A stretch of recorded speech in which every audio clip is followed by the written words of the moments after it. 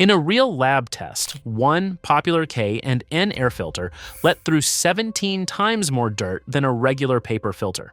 In the same test, same conditions, same exact amount of dust. That dirt scratches cylinder walls and grinds down piston rings and shows up in oil reports as wear damage that paper filters simply don't cause. And there's more. General Motors has had an official warning out since 2004 telling its own dealers to deny warranty repairs when they find this type of filter in a customer's car. The horsepower gain on the box. About 4 horsepower on a stock car. Real, but small. In the next few minutes, real lab data and one official manufacturer warning show you exactly what K and N does well, what it does badly, and the one situation where buying it is genuinely the wrong choice. Reality 1. Why people believe K and N works in the first place. Before getting into the problems, let's be fair to K and N for a moment. The marketing claim, increases horsepower, isn't a complete lie. In controlled dyno testing on a 2016 Subaru Crosstrek, a K and N filter did produce a measurable gain of about 4.3 horsepower over a clean stock paper filter. Real-world acceleration testing on the same car showed the K and N pulled from 20 miles per hour to 60 miles per hour about 2.25% faster than the stock filter. The numbers are small, but they are real. Here's why a high-flow filter can deliver any gain at all. A regular paper filter has tiny holes packed very tightly together. That blocks dirt well, but it also makes it slightly harder for the engine to pull air through it. A K and N filter uses oiled cotton with bigger gaps between the fibers, so the engine doesn't have to work as hard to pull in air.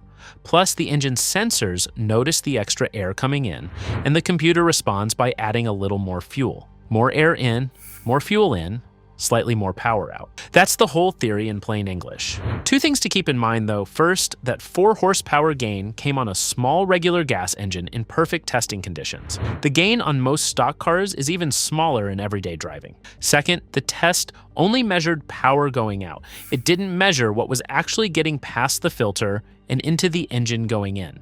That's where the picture starts to change. Next, the part of the story the marketing department never wants you to read. Reality 2. The independent dirt test that K and N doesn't talk about. There's a real standardized test the air filter industry uses to measure how much dirt a filter actually catches. The setup is simple. You blow a fixed amount of fine dust through the filter for a set period of time.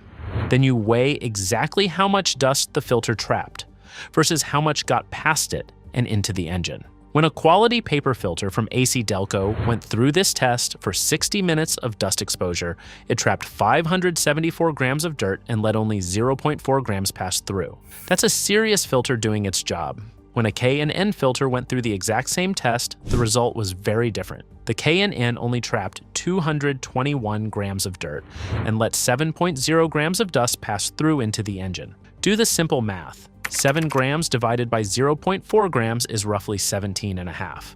The K and N let through about 17 times more dirt than the paper filter in the same test with the same dust over the same time period. That's not a small difference. That's a completely different category of filtration. K and N's overall dirt catching efficiency comes out to about 97%.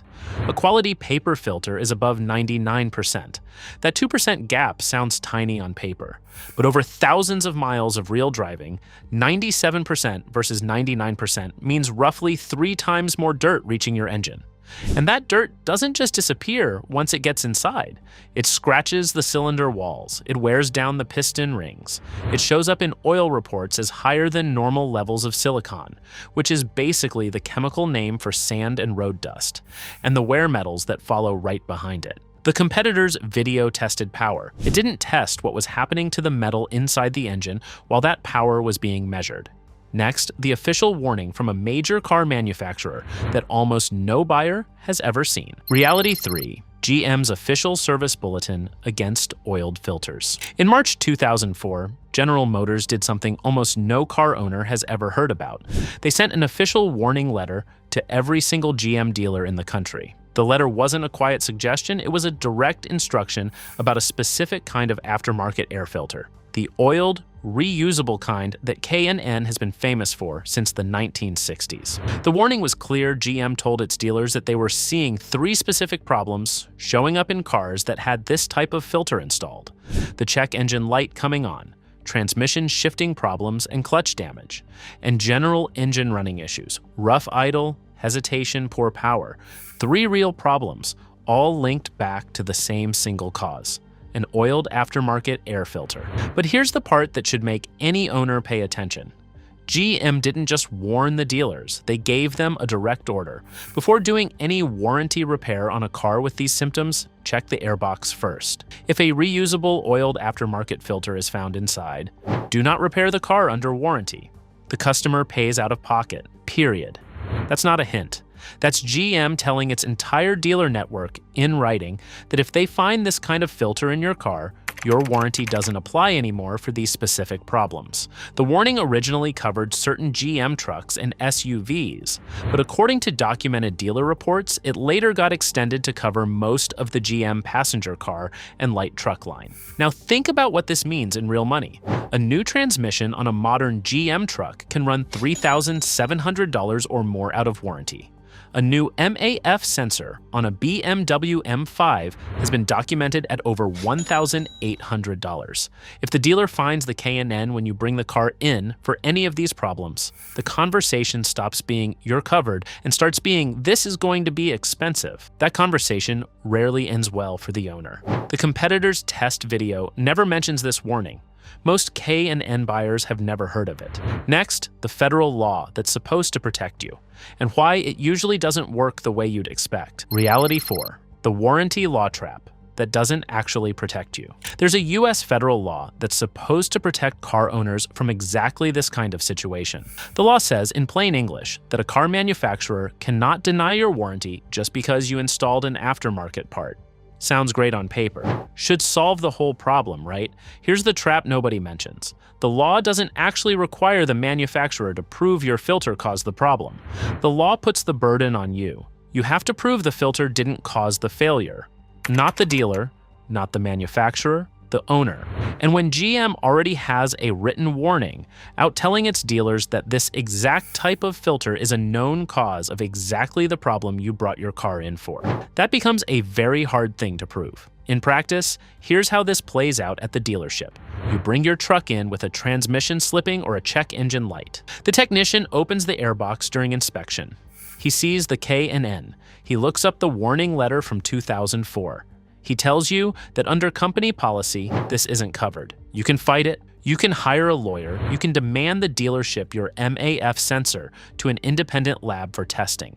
K&N's own website actually offers to test sensors and reimburse owners for misdiagnosed claims. But all of that takes weeks or months while your truck sits in the shop broken.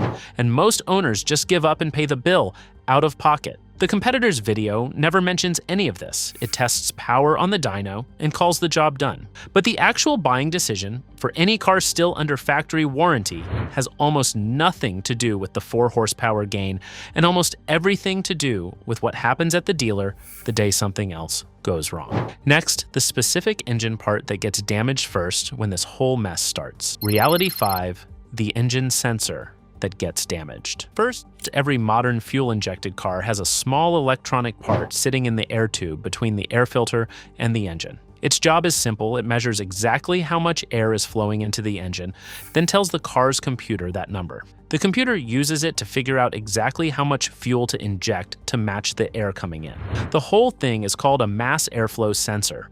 Most mechanics just call it a MAF. The MAF sensor measures airflow using tiny heated wires sitting inside the air tube. As air flows past those wires, it cools them down a little, and the sensor measures how much electricity it takes to keep them at a steady temperature. More air, more cooling, more electricity needed. And that's how the computer knows the amount of air coming in. The whole sensor is extremely delicate, and those tiny wires are sitting right out in the open inside the air tube, completely exposed to anything that comes through the air filter. Here's where K&N's oil becomes a problem.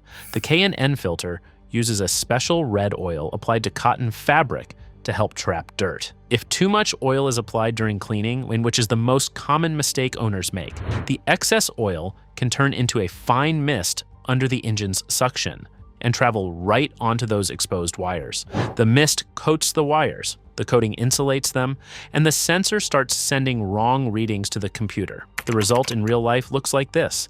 The check engine light comes on, the engine might start idling rough. Fuel economy drops. In bad cases, the car goes into a safety mode called limp mode, meaning the computer cuts power on purpose to protect the engine, and the car won't go above 15 miles per hour. That's exactly what happened to the Ram Rebel owner from the opening, after just one test drive following a K&N install. The fix isn't always just cleaning the sensor. Sometimes the contamination is permanent, and the sensor needs full replacement. On most modern vehicles, that's a $300 to $800 repair. On luxury or German cars like a BMW M5, the cost has been documented at over $1,800. Next, the one mistake most owners make without even realizing it. Reality 6. Why most K and N problems come from one owner mistake. Here's the part where it's only fair to be honest. K and N filters don't always damage the air sensor. Many owners run them for years without a single problem. So what separates the K and N users who never have issues from the ones whose trucks end up at the dealer? The answer, almost every single time, is the same thing: putting too much oil on the filter during cleaning. A brand new K&N filter straight from the factory has just the right amount of oil applied. The problem starts after the first time the owner cleans it themselves. Most people use too much oil, or they don't let the filter dry properly before putting it back in the car. The excess oil then turns into a fine mist under the engine's strong suction, and that mist coats everything sitting downstream from the filter, including the delicate sensor we just talked about. K&N's own instructions are actually very specific about this. Use the smallest amount of oil possible. Hold the filter up to a light source. If you can see any wetness on the cotton, you've used too much. The cotton should look just barely tinted pink or red, not visibly wet. After oiling, let the filter sit for at least 24 hours so any extra oil drips off completely before you put it back in the car. Almost nobody actually follows these instructions to the letter. Two practical takeaways from this. First, if you do choose to install a K&N, use the absolute minimum amount of oil during cleaning, and never put a freshly oiled filter back in the car the same day. Second, if you don't want to deal with this risk at all, K&N actually sells a dry version of their filter line that uses no oil at all. The dry version gives up a small amount of the dirt trapping benefit, but it eliminates the contamination risk completely. Most buyers don't even know the dry option exists because the marketing focuses on the original oiled version. Next, the only type of engine where buying a K&N is genuinely a bad idea, no matter how carefully you use it. Reality 7. Why diesels and turbo engines have it worst. For a regular gas engine without a turbo, like the kind of car the competitor's Subaru Crosstrek represents, a K&N is mostly a question of whether the small power gain is worth the small extra dirt exposure. The risk is real but limited. For turbocharged engines and diesel trucks, the picture changes completely, and the change has been documented across owner forums and dealer reports for over a decade. A turbocharged engine moves dramatically more air than a regular engine. That means any dirt that gets past the filter is moving faster and in larger amounts. The stronger suction pressure also pulls oil off an oiled filter more aggressively than a regular engine ever would. Diesel truck owners on online forums report a very specific pattern. Duramax owners install a K&N. Check engine light comes on within a year. The truck starts going into limp mode randomly. The DPF, the soot filter in the exhaust, gets stuck in its cleaning cycle. At the dealer, the diagnosis is a contaminated MAF sensor. One documented Duramax case had the dealer specifically identify the K&N as the cause of a failed MAF sensor, with a repair quote of around $500. K&N actually offered to reimburse the owner in that case, but only after weeks of back and forth and public forum pressure. Most owners never get that level of attention from the company. The mechanical reason matters. Modern diesel trucks have very tight rules built into their computers about how much airflow is normal. When a K&N flows more air than the computer expects to see, the computer can trigger an error code by itself, even before any oil contamination happens. Combined with the higher chance of oil mist reaching the sensor, the failure rate on turbo and diesel applications is meaningfully higher than on regular gas engines. The bottom line, if your truck or car has a turbocharger or a diesel engine, the math against installing a K and N gets much harder. Most experienced diesel mechanics recommend staying with a quality paper filter for these applications, full stop. Next, the long-term dirt damage that doesn't show up until much later. Reality 8, the slow damage you don't see for years. Here's the failure mode that doesn't show up right away, but quietly piles up over thousands of miles. Engine damage from dirt isn't dramatic. There's no warning light, no rough idle, no immediate symptom you can feel from the driver's seat. The damage shows up much later, in a place most owners never look. The oil analysis report. A lot of careful owners send a small sample of their used engine oil to a lab for testing once a year. The lab checks for several things, including a chemical called silicon. Why silicon? Because sand, road dust, and dirt floating in the air are all made of silicon-based material. So when those particles get past the air filter and start mixing with the engine oil, the silicon level in the oil goes up. Higher silicon in the oil means more dirt is reaching the inside of the engine. Real owner data from oil analysis case studies shows a very consistent pattern. One oil analysis expert publicly stated that about 90% of the oil reports they review on engines running a K and N filter show higher than normal silicon levels, along with higher levels of wear metals like iron and aluminum. Iron and aluminum show up when the dirt particles start grinding against the engine's metal parts, the cylinder walls, the piston rings, the crankshaft bearings. Owner case studies on multiple forums document the exact same finding. Silicon levels jumping up after a K and N install, then dropping back down to normal once the owner switched back to a paper filter. What does this actually mean for your engine?